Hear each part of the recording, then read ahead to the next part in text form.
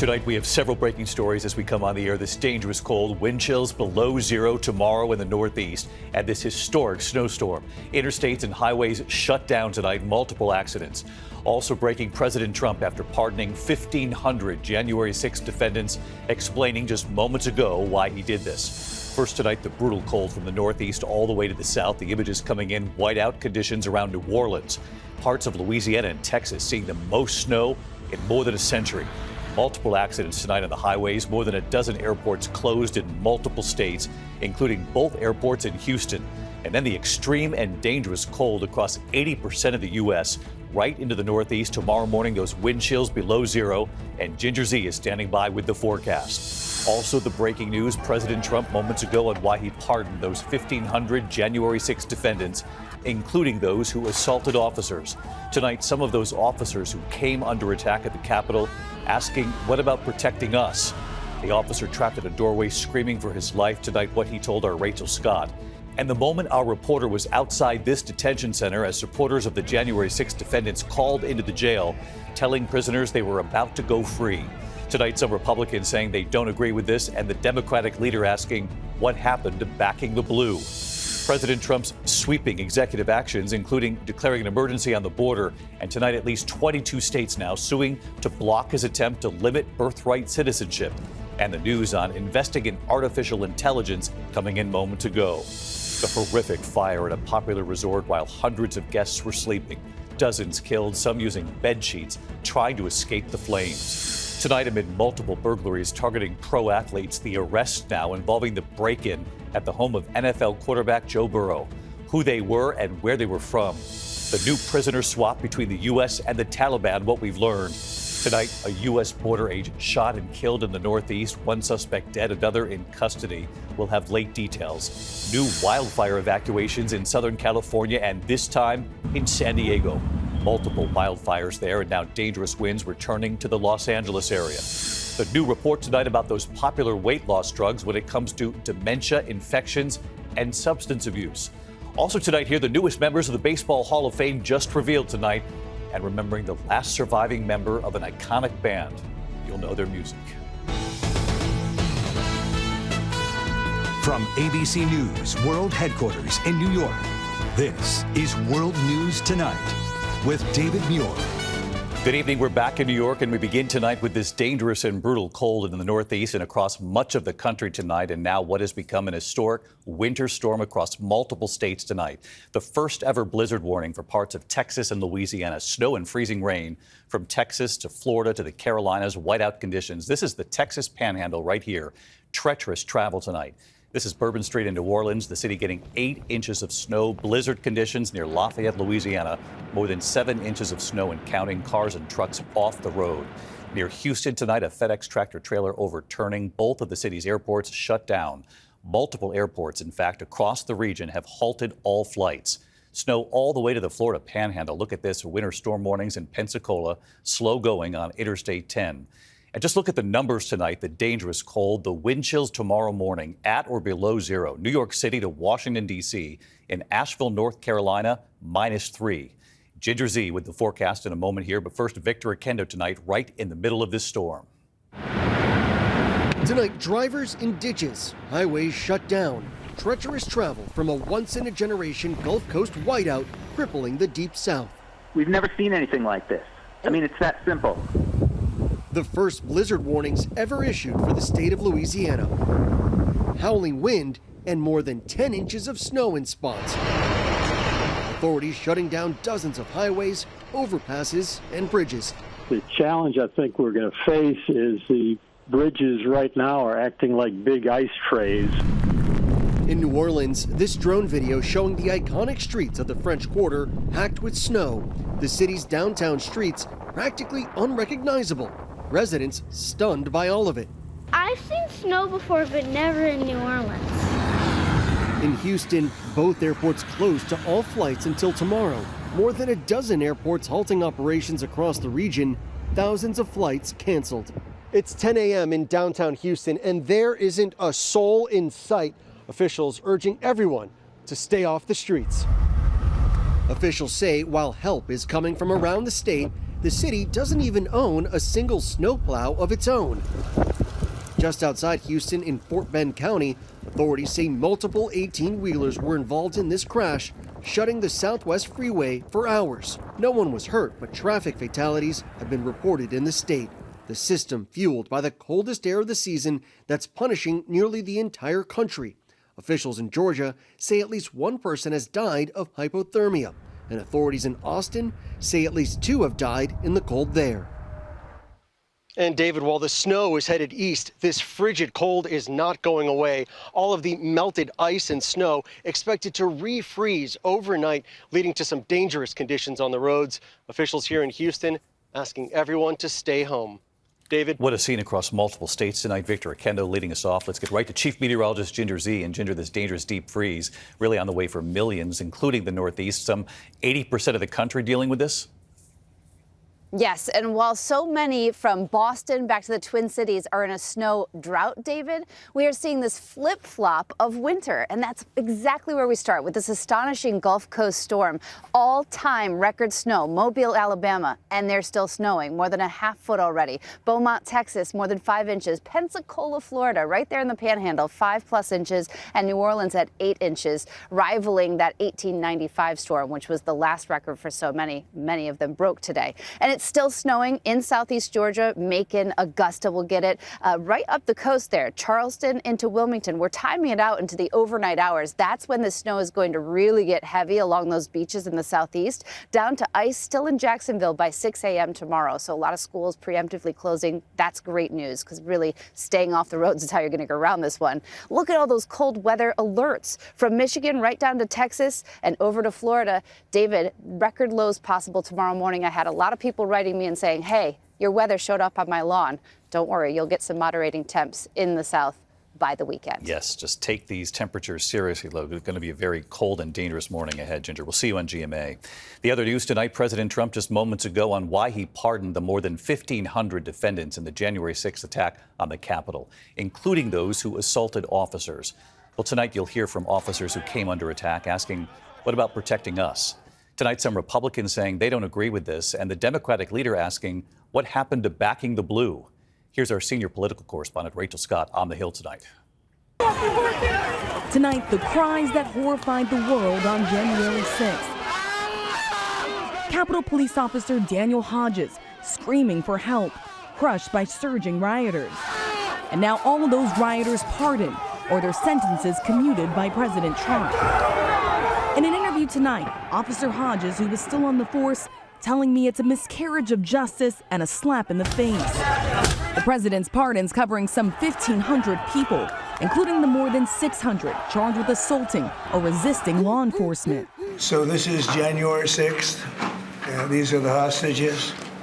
Approximately 1,500 for a pardon. Yes. Full pardon. Thank you, President Trump. We're coming home. ABC's Jay O'Brien was outside the Washington jail where supporters of the rioters called the prisoners inside to break the news they'd soon be free. Former Capitol Police Officer Aquilino Ganell publicly testified about what he went through on January 6th. I arrived home at nearly 4 a.m. on January 7th.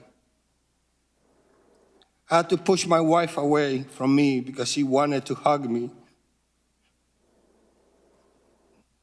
And I told her no, because of all the chemical that my uniform had on. Today, former Officer Ganell calling the president's move a desecration of the men and women that risked their lives defending our democracy. Tonight, the Capitol Police Chief in an internal memo to officers saying when there is no price to pay for violence against law enforcement, it sends a message that politics matter more than our first responders. House Democratic leader Hakeem Jeffries asking whatever happened to backing the blue. But many Republican senators today reluctant to criticize the president's pardon. They said it's the president's prerogative. Are you comfortable with that, though? Does that send the right message from your party? That's not the question. The question is who has the authority, and the president has the authority. Senate Majority Leader John Thune, who once called the violence on January 6th inexcusable and disgusting, now putting it squarely in the past. As I said before, we're looking forward to the next 4 years, not the last 4. Today, some Republicans Republicans seeming to say the pardons went too far. It was surprising to me that it was a blanket pardon. Now I'm going through the details. I do not support the pardons if they were given to people who committed violent crimes, including assaulting police officers or breaking windows. But Alabama's Tommy Tuberville says he supports the pardons 100%. But we're talking about people that were beating officers with fire hydrants, with metal batons. Is that acceptable to you? No. Those people were pardoned. No, that's not acceptable, but I didn't see it. So. What do you mean? It's on video. I didn't see it. We've got to go. You're not showing me that. I didn't see that. Tonight, the president asked if his pardons send a message it's okay to assault police officers. No, I am the friend of police, more than any president that's ever been in this office. Thank you, President. And David, one other thing we learned tonight, it is standard protocol for the Department of Justice to inform victims that the people that they may have testified against are being released from prison. And so tonight, those officers telling me they started receiving calls early this morning, one right after another, letting them know that the rioters who were convicted and sentenced for attacking them are now being released from prison, David. Rachel Scott, live up on the Hill tonight. Rachel, thank you. President Trump taking a record number of executive actions, among them his declaring an emergency on the southern border. Some of his actions already being challenged in court, at least 22 states suing to block his attempt to limit birthright citizenship. And just moments ago, the president making news on investing in artificial intelligence. Here's our chief White House correspondent, Mary Bruce, tonight. Tonight, the new Trump administration says targeted enforcement operations are now underway to crack down on violent, undocumented immigrants. And we're getting them out of the country. We just started that. We're getting them out of the country, and they're going to be gotten out of the country fast. The president signing a series of executive orders targeting immigration, declaring an emergency at the southern border, allowing him to deploy the military, moving to shut down asylum admissions, even ordering an end to birthright citizenship, even though it's protected by the 14th Amendment. This next order relates to the definition of birthright citizenship under the 14th Amendment of the United States. Good. That's a good one. Birthright. That's a big one. It's a long-time pledge for Trump. We're the only country in the world that does this with birthright, as you know. And it's just absolutely ridiculous. But, we'll see. We have very good grounds. But tonight, 22 states from Connecticut to California filing lawsuits to block the move. This is a fundamental right enshrined in our Constitution for more than 150 years. I have one message for President Trump. I'll see you in court.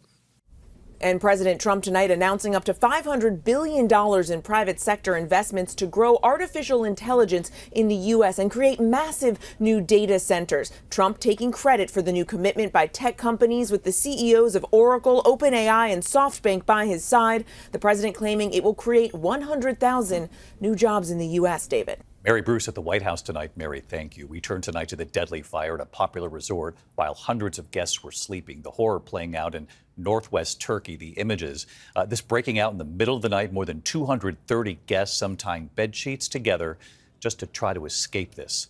Here's Britt Clennett tonight. Tonight, dramatic video of guests desperate to escape as their hotel goes up in flames in the middle of the night. Watch closely as people use bed sheets tied together to get out. Flames can be seen shooting through the windows. The fire breaking out at this popular ski resort in Turkey while many of the 234 guests would have been sleeping. At least 76 people killed when the blaze tore through that 12-story building. Some of the guests reportedly attempting to jump to safety, others screaming they don't know how to leave.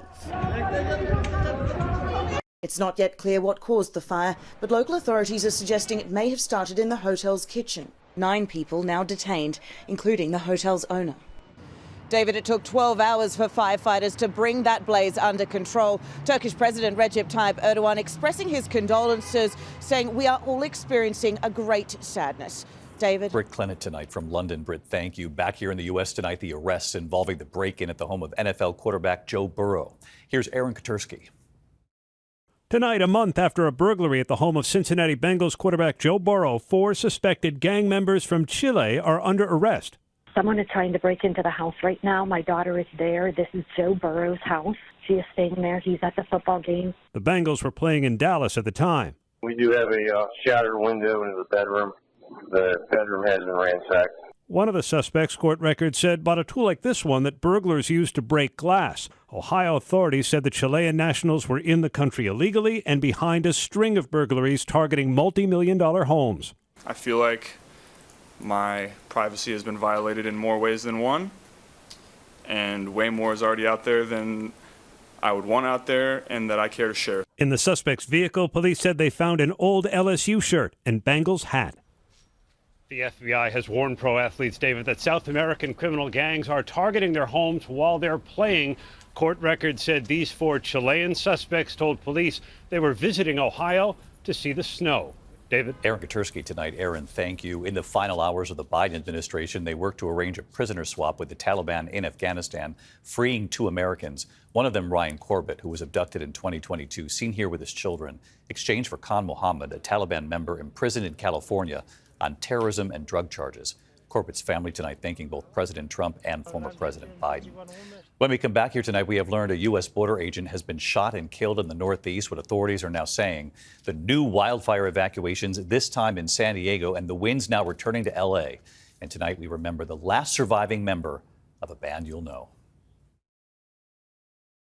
Tonight, the FBI investigating the deadly shooting of a Border Patrol agent in Coventry, Vermont. Authorities say he was killed during a traffic stop on I-91, right near the Canadian border. One suspect killed, another wounded, and is now in custody. We're tracking new wildfire evacuations ordered for Southern California tonight, and this time the wildfires erupting in San Diego.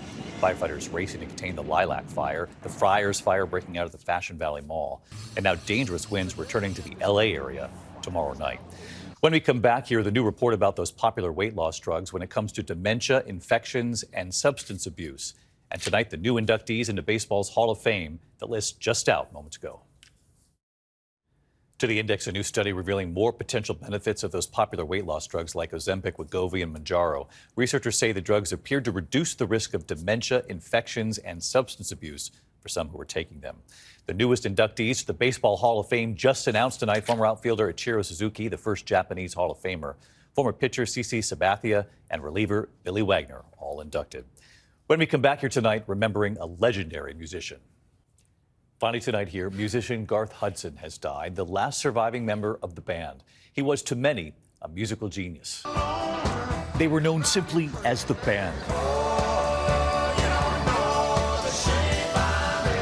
Blending rock, R&B, and country, considered one of the most influential groups of the 60s and 70s. Here's the new recording sensation for you youngsters, the band. Performing their song Up on Cripple Creek on The Ed Sullivan Show. Up on Cripple Creek, and she sends me if I spring a leak, and she mends me. 5 members in all, and on keyboard, Garth Hudson. A classically trained musician, he told his parents he was giving the band music lessons, worried his family would disapprove of him joining a rock and roll band. Their hits, The Weight, performing it at Woodstock in 1969.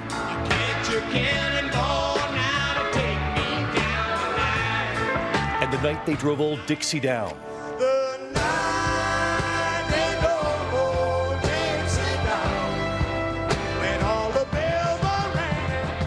The band playing with Bob Dylan over the years, once in a modest home near Woodstock, recording more than 100 songs together, the Basement Tapes.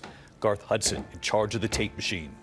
I remember him being in the corner here, and I would be here to push the button. Returning to that home with Rolling Stone magazine nearly 50 years later. Performing with Bob Dylan in the Martin Scorsese documentary film The Last Waltz in 1978. Garth Hudson, the last surviving member of the band, passed away today in Woodstock at 87. Tonight here, in his own words. A lifestyle that we got to love in Woodstock, you know, we got to like it, you know, just fixing a tape recorder and fixing a screen door, you know, and stuff like that, and getting the songs together.